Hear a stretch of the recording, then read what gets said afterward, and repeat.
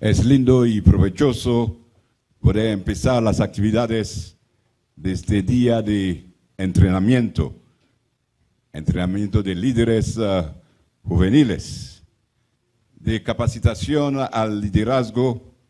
Es bueno empezar con la palabra de Dios.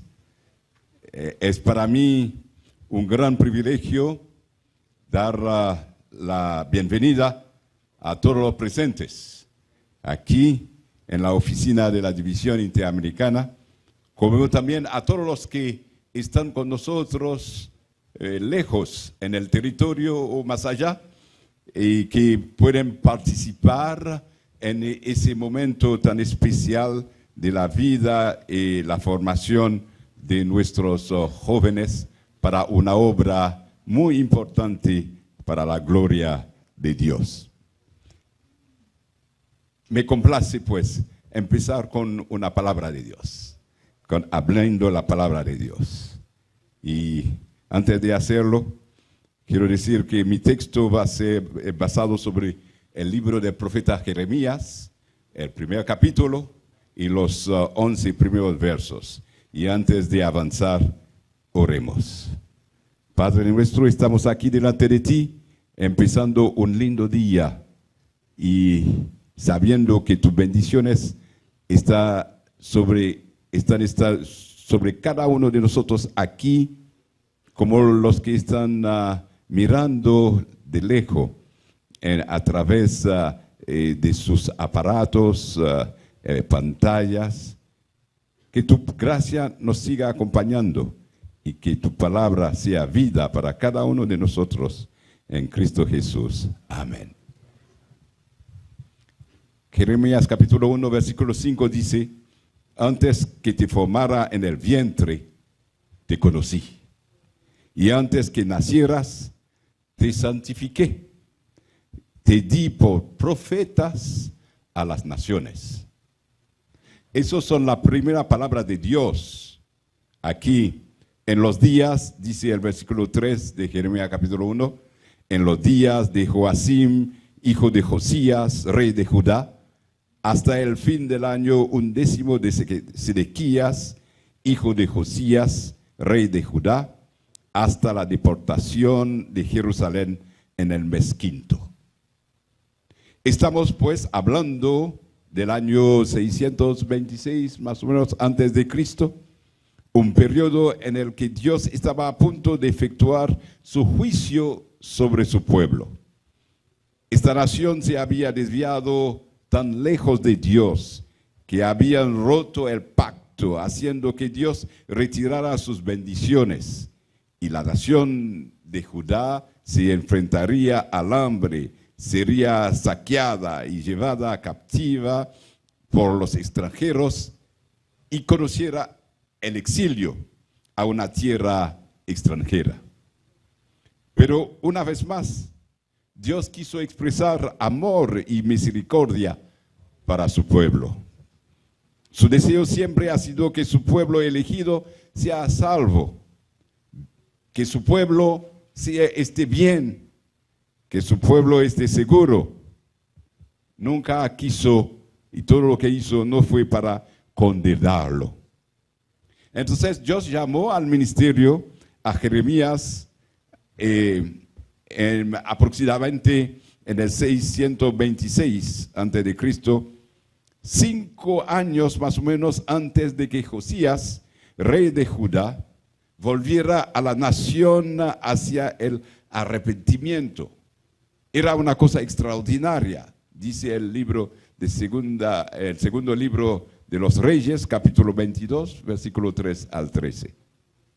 Y de acuerdo con los relatos bíblicos, la reforma de Josías fueron insuficientes para salvar a Judá y Jerusalén de la destrucción, debido a los pecados, dice el texto, de Manasés, el abuelo de Josías, y el regreso de Judá a la idolatría. Tal era la condición de la nación, su atracción por los dioses paganos, falsos, que después de la muerte de Josías, la nación volvió rápidamente a los dioses de las naciones alrededor. Se dijo que Jeremías había sido designado para revelar los pecados del pueblo y las consecuencias venideras. Él fue llamado para invitar a la gente de Judá a venir a una relación renovada con su Dios, a cambiar su corazón, a conocer a Dios. En el momento que en nuestra división interamericana estamos lanzando el mensaje, hace ya varios años que estamos diciendo, Señor, transfórmame. Es interesante mirar ese programa que Dios le dio a ese joven que llamó en ese momento. Y es interesante notar que desde el principio, con el primer contacto que Dios tiene con Jeremías, él aclara que su llamado no es de tipo espontáneo, no es algo que fue tomada a la ligera. Dice el texto que Dios conocía a Jeremías antes de su concepción, antes que fuera concebido por su madre, y Dios tenía un propósito para su vida.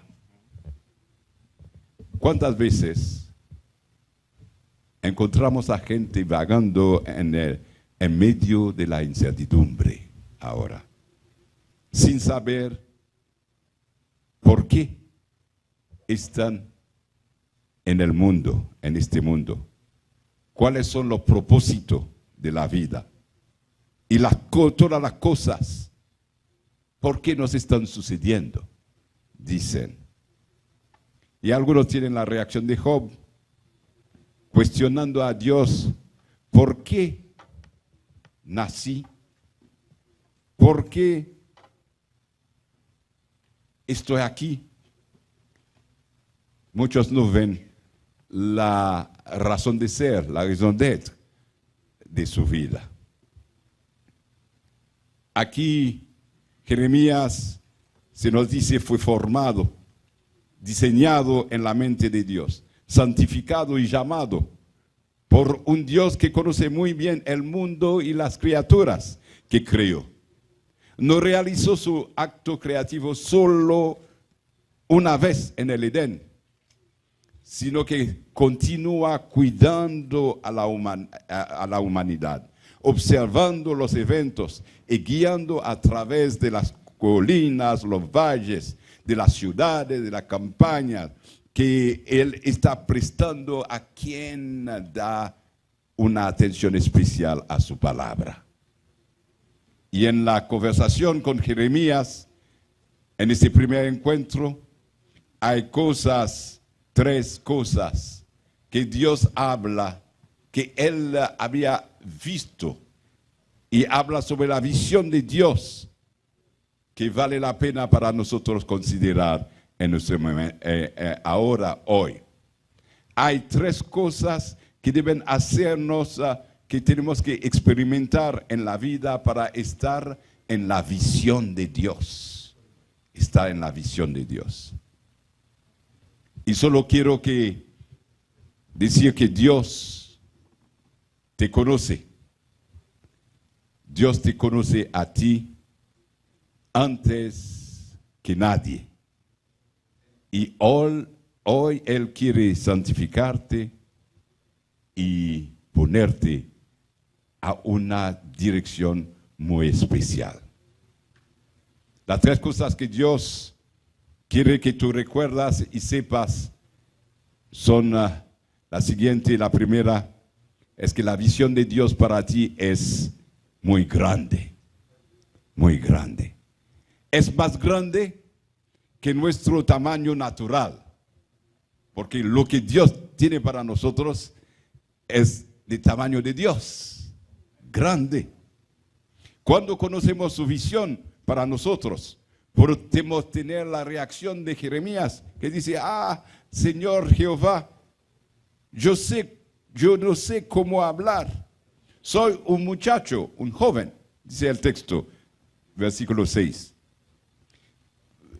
Ven, a veces y muchas veces tenemos esa tendencia a ver nuestras limitaciones naturales, nuestras limitaciones financieras, nuestras limitaciones en el tiempo, en la geografía, en los recursos que podemos tener.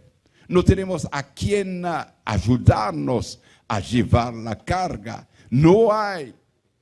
Y eso, solamente eso que muchas veces nos quedamos en pensar. Si no tenemos cuidado, nuestra reacción puede ser como la de Felipe, que dice, los salarios de 8 meses no son suficientes para alimentarlos. ¿Se acuerdan esa historia? Felipe estaba respondiendo a Jesús que le dijo que quería alimentar a la multitud, 5,000 personas que quería dar de comer. Parece que, bueno, si fuera aquí, Felipe hubiese sacado su celular y empezara a hacer los cálculos, rápido. Y él lo hizo, no sé cómo, pero él encontró que sería una cosa extraordinaria tener recursos que no es realmente posible. Pero la visión de Jesús en ese momento ya era conocido, dice que Jesús ya sabía lo que iba a hacer. O sea que Dios se adelanta muchas veces a nuestros sueños, a nuestras necesidades, a lo que tenemos que hacer, porque Él tiene un propósito, lo que llamamos la visión. Él sabe lo que quiere de nosotros, lo que nos está pidiendo de hacer. Es por eso que su visión para nosotros es más grande que nuestra fuerza, nuestras capacidades. Y Él está glorificado cuando estamos trabajando con Él, no por nosotros. Cuando trabajamos por Él, con Él, y no por nosotros. En el capítulo 9, versículo 23, Jeremías, Dios dice esa palabra en el libro de Jeremías: no se alabe el sabio en su sabiduría, ni en su valentía se alabe el valiente, ni el rico se alabe en sus riquezas. Dios es el proveedor de todas esas cosas y tiene mucho más a nuestro alcance que todo lo que podemos pensar. La visión de Dios es más grande. La segunda cosa, la visión de Dios para nosotros es siempre redentora por naturaleza. Lo dijo a Jeremías que Él lo tomó desde antes, lo conocía para santificarlo. La visión de Dios para nosotros es salvación y redención, es su propósito. Él quiere que nos salvemos, que seamos salvos, y luego nos usa para salvar a otros. Al igual que Abraham fue bendecido, Dios lo bendijo, lo llamó y dice que será una bendición para las naciones. O sea, Dios nos redime para que seamos un canal de bendición para los demás. Somos llamados a ser canal de bendición. Presentar la salvación en todo lo que hacemos, en todo lo que estamos. Y Dios nos quiere usar en ese sentido. Y tercera cosa que quiere decir de la visión de Dios es que la visión de Dios para nosotros es global. Lo dijo a Jeremías que lo había ordenado como pastor para las naciones. Como nosotros hemos sido llamados a ser discípulos a ser discípulos a todas las naciones.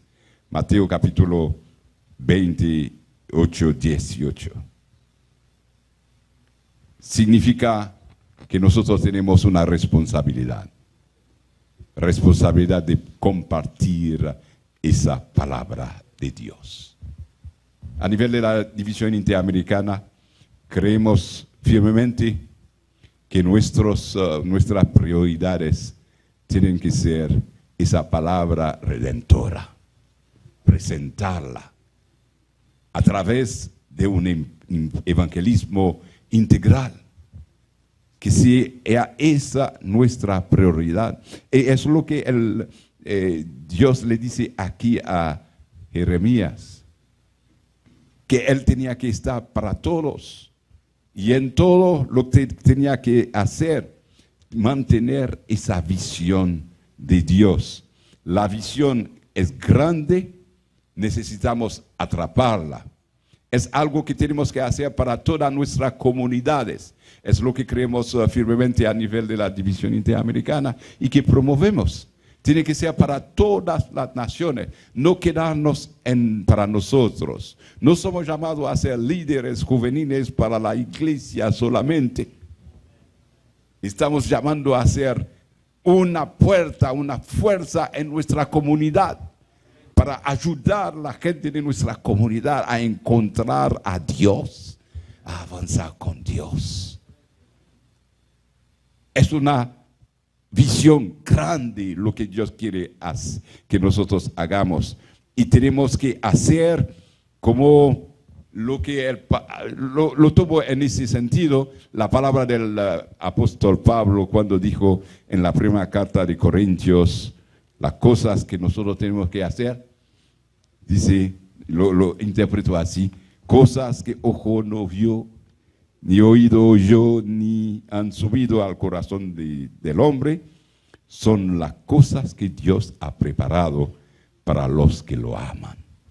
O sea que Dios tiene para ti, joven, para ti, líder, algo extraordinario que quiere hacer.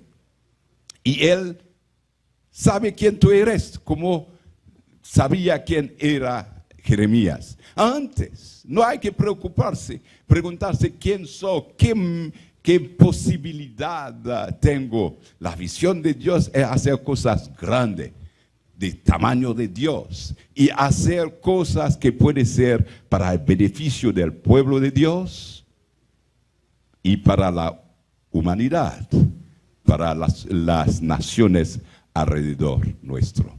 Y si siguen la historia después del libro de Jeremías, ustedes se van a dar cuenta, porque eso es solamente la introducción al texto. Se van a dar cuenta que Jeremías tenía una visión de enseñar al pueblo el camino de regreso a Dios. Y es en la División Interamericana una de las cosas que pensamos que educación tiene que ser una prioridad. Líderes somos llamados para enseñar el camino de Dios, ayudar a nuestra juventud, nuestra iglesia, nuestros hijos a ir a Dios. Y ahí, si ustedes siguen la lectura, van a ver que ahí dice Dios, te doy mi palabra, coma esa palabra. Y eso va a ser para ti algo extraordinario. La base de nuestro ministerio debe ser la palabra de Dios. Comerla, satisfacernos en hacer de esa palabra la prioridad en nuestra vida, lo que nos ayude a avanzar. Hoy Dios tiene para nosotros la misma visión grande, y nos invita a mirar esa visión. Interpela Dios a Jeremías y le dice, ¿qué ves? ¿Qué ves, hijo mío? ¿Ves la visión de Dios?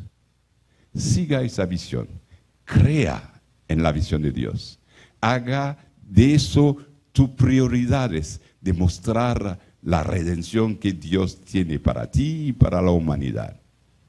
Esté tú al servicio de los demás, de tu prójimo, y ayuda a cada uno a estar con Dios. Que el día de hoy sea de plena bendición para cada uno de ustedes y que en la capacitación pueden poner la palabra de Dios adelante y hacer que esa palabra nos transforme en embajadores, en fuerza para Dios, para la proclamación de su evangelio. Dios le bendiga ricamente.